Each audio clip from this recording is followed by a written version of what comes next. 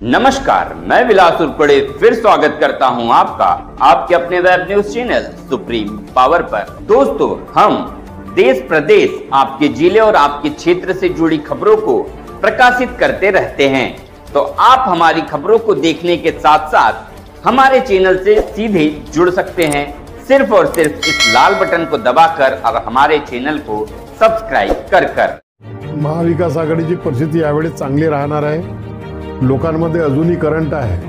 परवाच आम्ही चिमूरला मोर्चा काढलेला होता, त्याच्यामध्ये अनेक महिला सामील झाल्या आणि त्याच्यावरून आमच्या लक्षात आलं की त्यांच्यामध्ये जो जिवंतपणा आज दिसला आम्हाला, जो करंट त्या लोकांमध्ये दिसलेला आहे तो फार जास्त जसा लोकसभेच्या वेळेस होता त्याच पद्धतीनं विधानसभेच्या वेळेसही दिसत आहे। त्याच्यामुळे कमीत कमी विदर्भामध्ये तरी महाविकास आघाडी ही पुढे राहणार आहे। लाडकी बहीण योजनेच्या अंतर्गत जे 1,500 रुपये असे 2 महिने 3,000 रुपये त्यांनी दिले असले तरीही त्यांना सॅटिस्फॅक्शन नाही, कारण की त्याचा रिझल्ट जो आहे त्यांना अजून पॉझिटिव्ह दिसत नाही।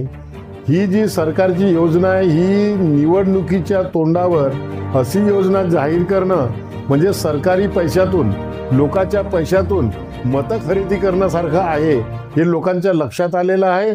आणि जर याच्याऐवजी त्यांनी महागाई कमी केली असती, इतर वस्तूच्या किमती कमी केल्या असत्या, ज्या पद्धतीनं सगळ्याच वस्तूवर जीएसटी लावण्यात आलेला आहे, तो जीएसटी ज्या आवश्यक वस्तू आहे त्याच्यावरून कमी केला असता तर लोकांना याच्यापेक्षा जास्त फायदा मिळाला असता। परंतु तसं केलं नाही। बाब लोकांच्या लक्षात आलेली आहे। लोकांचं लक्ष ह्या महागाईकडून, बेरोजगारीकडून आणि ज्या काही समस्या त्यांच्याकडून हटवण्यासाठी या लोकांनी अशा प्रकारची योजना चालवलेली आहे आणि ते फेल आहेत। म्हणून आता ते विचार करत आहेत आणि 1,500 ते 3,000 रुपये देण्याचा विचार त्यांचा चालू आहे। या लोकसभा निवडणुकीमध्ये आम्ही गडचिरोली विधानसभेमध्ये 24,000 पुढे आहोत।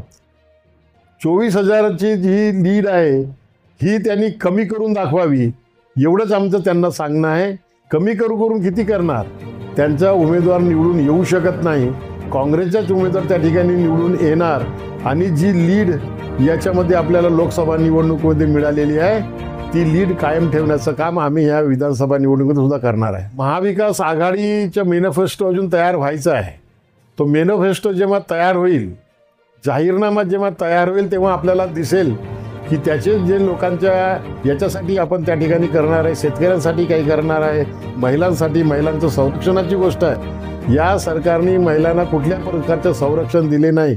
1,500 रुपये देण्यापेक्षा जर महिलांचं या लोकांनी संरक्षण केलं असतं आणि महिला एवढ्या प्रताडित केल्या जातात, त्यांच्यावर अन्याय अत्याचार होत असतात, मोठ्या प्रमाणावर महाराष्ट्रामध्ये या घटना घडत असताना सुद्धा त्यांनी त्याच्यावर कुठल्या प्रकारचं नियंत्रण आणत नाही, बघ्याची भूमिका घेत असतात।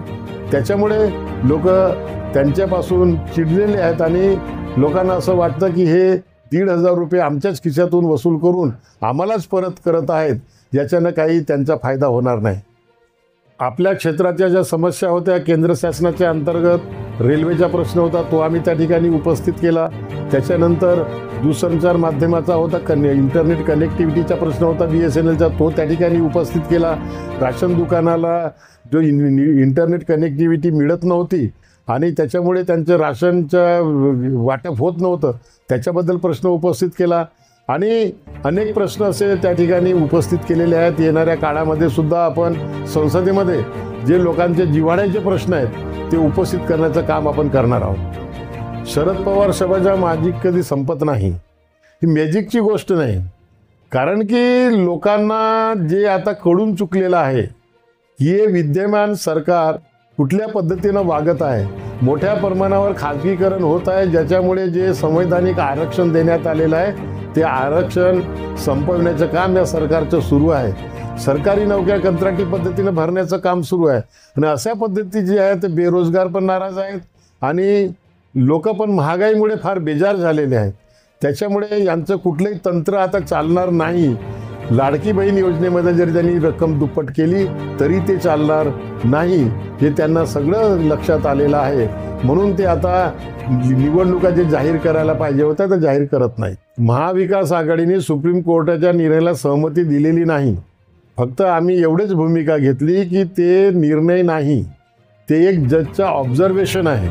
ऑब्झर्वेशन म्हणजे काही निर्णय होत नाही, ही भूमिका सध्या घेतलेली होती, परंतु त्याचा संपूर्ण अभ्यास केल्यानंतर निकालाच्या त्याच्यानंतर जी काही भूमिका आहे की वर्गीकरण होऊ नये आणि क्रिमिलेअर लागू होऊ नये, कारण की ते असंवैधानिक आहे.